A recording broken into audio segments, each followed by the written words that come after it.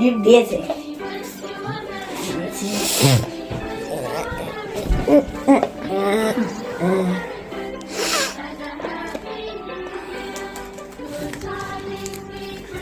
KitKat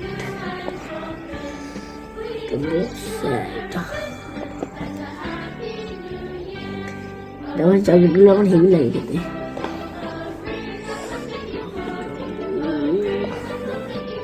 এবার শুধু Cadbury চকলেটই দিয়েছে তোকে বাবাই। এই চকলেট আমার ভালো লাগে খেতে। আর তুই কি লিখে দিয়েছিলি যে আমাকে কি দাও? ডার্ক চকলেট দাও। ডার্ক চকলেটের বোতল তাহলে তো দিয়েছে। তাই চকলেট লিখেছিস তো চকলেট দিয়েছে দেখ। Good morning everyone, happy Christmas to all guys. আজকে আমার নতুন আরও একটি ব্লগে তোমাদের সবাইকে জানাই অনেক স্বাগত। তো ভোরবেলা থেকে ভিডিওটা শুরু করলাম। এই যে সান্টাক্লজ বাবাইকে গিফট দিয়ে গেছে কালকে রাত্রে, তো সেগুলোই বাবাই এখন দেখাচ্ছে তোমাদের। উল্টো কাটছিস তো ছুরিটা সোজা ধর। এটা করো ওটা দাঁড়া, সর সর। হ্যাঁ সান্টাক্লজ দিয়েছিল, দেখতেই পাসনি তাই তো? মানে খাবার জিনিসটাই আগে দেখেছে, আর কিছু দেখিনি। ক্যাডবেরিটাই নিয়েছে চলে গেছে। কত কাজু। বাবাকে ডাক ডাক, ওর কেক খেয়ে যেতে। ও কেক খেয়ে যাও। অত খাবো না, ওরে হাত দাও। না ফোনটা নিবন্ধ না, ওই ওই লাইটটা জ্বালিয়ে দাও তো। খেতে ভালো, নোলেন গুড়ের এটা।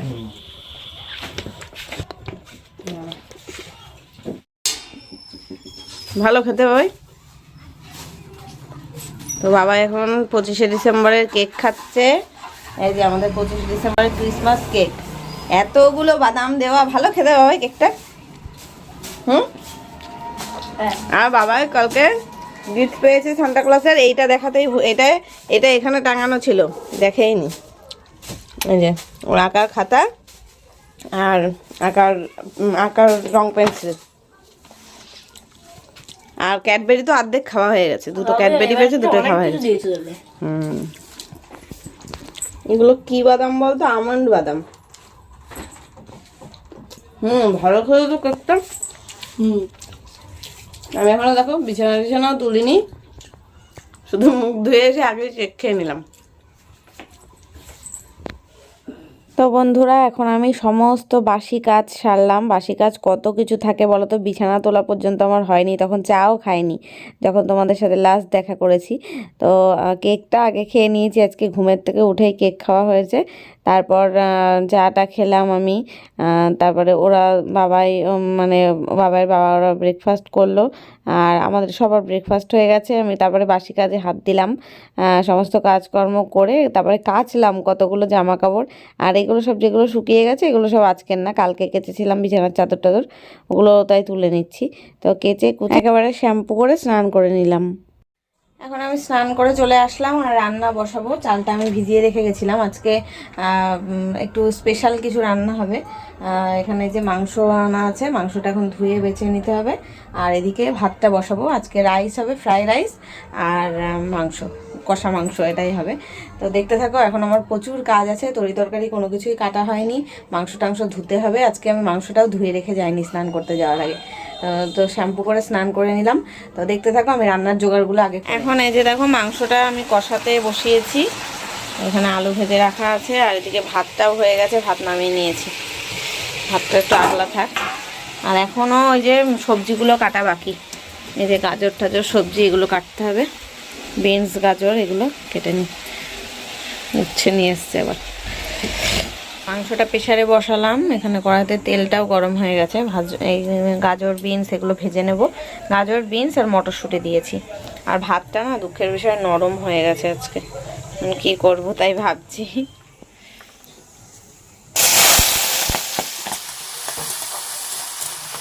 এই যে রান্না আমার প্রায় শেষের দিকে, এখন শুধু ফ্রাইড রাইসটা ভেজে নিলেই হয়ে যাবে। আজকে আর রান্না পুরো ডিটেলসে তোমাদের দেখালাম না, কারণ অনেকটা দেরি হয়ে গেছে।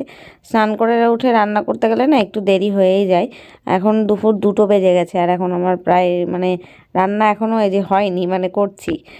রাইসটা নামালে হয়ে যাবে। আর বাবাই স্নান করে এসে গেছে, এসে বসে রয়েছে খাবে বলে। আর আজকে ওর ফেভারিট রান্না হয়েছে না, বিরিয়ানি, ফ্রাইড রাইস, এগুলো হলে ওর একেবারে তাড়াতাড়ি খিদে পেয়ে যায়।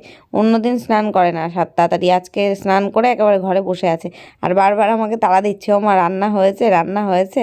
আর আমি শীতকালে বেশিরভাগ সময় স্নান করেই রান্না করি, যাতে দুপুরবেলা গরম গরম খাওয়া যায়, কিন্তু আজকে একটু বেশিই দেরি হয়ে গেছে। রান্না কমপ্লিট। এই যে রাইসটা সব ঠিকঠাকই আছে, কিন্তু একটুখানি ভাতটা নরম হয়ে গেছে, তো অসুবিধা নেই, নরম হলেও কি ঝরঝরে আছে।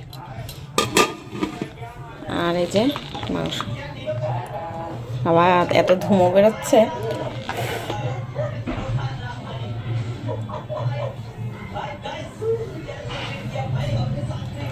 এখন বাবাইকে খেতে দেবো, বাবাই আর আমি খেয়ে নেবো।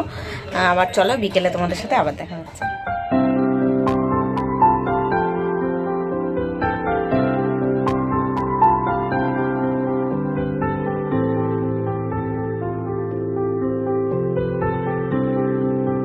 Good evening everyone. এখন সন্ধে হয়ে গেছে আর আমরা সবাই রেডি হয়ে এখন যাচ্ছি একটু গির্জায়। আমাদের এখানে একটা চার্চ আছে বনগাঁতে, সেখানেই যাচ্ছি। তো এই যে দেখো, আজকে এই কুর্তিটা 1 বছর পরে প্রায় পরলাম, মানে এবছরে ফার্স্ট টাইম পরলাম এই লাল রঙের কুর্তিটা। আর আজকে এই দেখো, এই হোয়াইট কালারের নতুন ব্যাগটা নিয়েছি এর সাথে। কেমন লাগছে বলো তো? তো চলো, ওরা বাবাই আর বাবাইয়ের বাবা দুজনেই বাইরে দাঁড়িয়ে রয়েছে রেডি হয়ে। তো আমিও এই যে এখন রেডি হয়ে গেলাম। তো চলো দেখতে থাকো।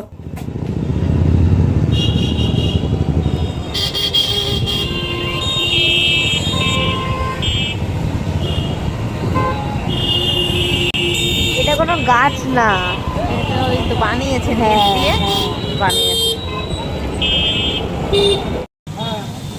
ওর ভেতরে দেখ একটা কি একটা ঘর মতন হয়েছে ওইখানটায়।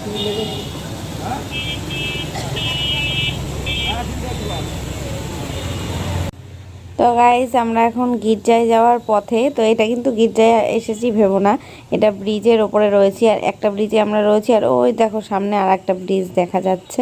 আমাদের বনগাঁয় দুটো এরকম ব্রিজ রয়েছে। আর এইটা নদী, তো নদীর ওপরে ইছামতি নদী, তো নদীর ওপরে এরকম লাইটিং করা হয়েছে, দারুণ লাগছে দেখতে। আর ওপর থেকে তো এই যে জল পড়ছে, দেখতে পাচ্ছ কি সুন্দর।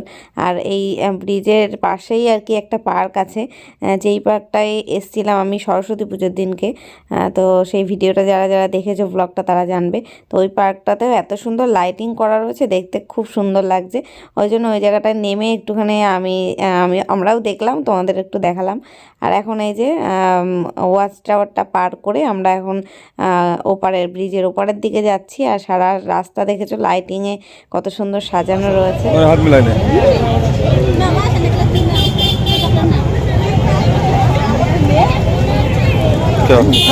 তো গাইজ, এখন আমরা গির্জায় চলে এসেছি, গির্জার মেলার মধ্যে ঢুকে গেছি। এখনো গির্জা পর্যন্ত গিয়ে পৌঁছায়নি। আর মেয়েদের তো জানোই, সামনে যদি এরকম সাজার জিনিসের দোকান দেখে তাহলে তো দাঁড়িয়ে পড়তেই হবে। তো আমিও সেম ওরকম দাঁড়িয়ে পড়েছি। কানের দুলের দোকান, এদিকে কানের দুল তো আমি দেখেছো পড়িই না, মানে গাদাখানেক গুচ্ছের খানিক কানের দুল ভরে রেখেছি কিনে কিনে। এদিকে কোথাও যাওয়ার সময় কানেরটা আর চেঞ্জ করতে ইচ্ছা করে না, এত আলস্যি লাগে, মনে হয় ওই ওটাই ঠিক আছে, আর চেঞ্জ করব না। তো সেই ভেবে গেছিলাম কানের দুলের দোকানে, তো নিলাম না, পছন্দ হলো না, সব বড় বড় একটু ডিজাইনের। তারপরে আসলাম এইখানে, এই যে এখানে না বিভিন্ন ধরনের ফিতে না, ওই যে চুল বাঁধার আর কি গার্ডার টাইপের। তো ওখান থেকে একটা নিয়েছি গার্ডার। আর বাবাই আবার এখানে নিচ্ছে একটা পেন টাইপের, নিল পেন না পেন্সিল, ওটা নিয়েছে।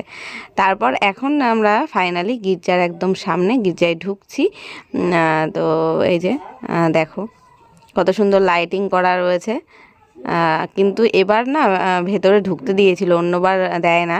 মানে গির্জার যেই বিল্ডিংটার ভেতরে ঢুকতে দিয়েছিল, কিন্তু এত পরিমাণে লাইন ছিল আর এত ভিড় ছিল যে আমরা ঢুকিনি। তারপরে জুতো বাইরে খুলে রেখে যেতে হতো, জুতো তো হারিয়ে যেত, কে কোথা থেকে চুরি করে নিয়ে চলে যাবে। ওই জন্য আর তোমাদের দাদাভাই বললো না, ঢুকতে হবে না, আমি বাইরে থেকে দেখিয়ে দেবো। তো ওই জানলা দিয়ে দেখেছিলাম ভেতরটা, এমনিও আগেও ছোটোবেলায় যখন আসতাম তখন ঢুকতে দিত ভেতরে, ঢুকে দেখেছি। তো এই যে দেখো গির্জার ভেতরে প্রবেশ করে গেছি। এখানে দেখো কত সুন্দর স্ট্যাচু করা রয়েছে।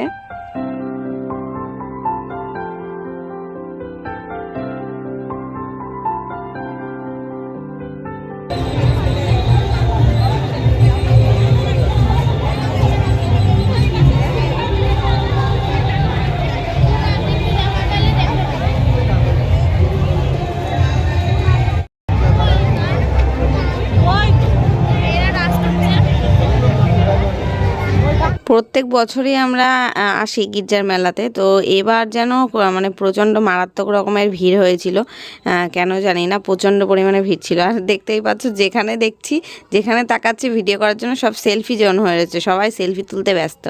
আর এখানে এই ভিডিওটা, এটা একদম দেখো চার্চের ভেতরটা, আমরা তো যাইনি, আমি বলেছিলাম না জানলা দিয়ে দেখবো, তো তোমাদেরও জানলা দিয়েই দেখিয়ে দিচ্ছি। এটা তোমাদের দাদাভাই একদম জানলা দিয়ে হাত বাড়িয়ে সুন্দর করে ভেতরের ভিডিওটা তুলে দিয়েছে তোমাদের জন্য। তো এই যে দেখে নাও। আর এখানে এই যে আমরা একটু ফটো তুলবো, সেই জন্যই আর কি দাঁড়াচ্ছিলাম। আর বাবাই তো মোটে ফটো তুলতে চায় না, এবার যেই দাঁড়িয়েছি আমি তোমাদের দাদাভাইকে বললাম একটা ফটো তুলে দাও আমাদের দুজনের। বাবা একটুখানি দাঁড়ালো, ওর ধৈর্য নেই, তারপরে দেখো চলে গেল, ওর বাবার পাশে গিয়ে দাঁড়িয়ে পড়েছে। ও ফটো তোলা দেখবে কিন্তু নিজে ফটোতে আসবে না। এবার এখানটা দেখো সুন্দর করে বেশ সাজিয়েছে, সিনারির মতো করে, ঝুলনে যেমন আমরা দেখি না সেরকমই সাজিয়েছে। একদম যীশু খ্রিস্টের জন্ম থেকে শুরু করে পুরো বড় হওয়া পর্যন্ত এখানে সুন্দরভাবে সাজানো হয়েছে। এবার এতটাই দূরে ছিল আর এতটাই পরিমাণে লাইটিং যে ভালো করে দেখানো যাচ্ছে না, জুম করে দেখালেও ভালোভাবে ক্যামেরায় বোঝা যাচ্ছে না, যেটা সচক্ষে দেখে আমরা বুঝেছি। তো বেশ সুন্দর, কিন্তু লাইটিংটাও সুন্দর ছিল। এরকম জায়গায় জায়গায় এরকম আর কি সাজানো ছিল পুতুল টুতুল দিয়ে, এরকমই থাকে গির্জাতে।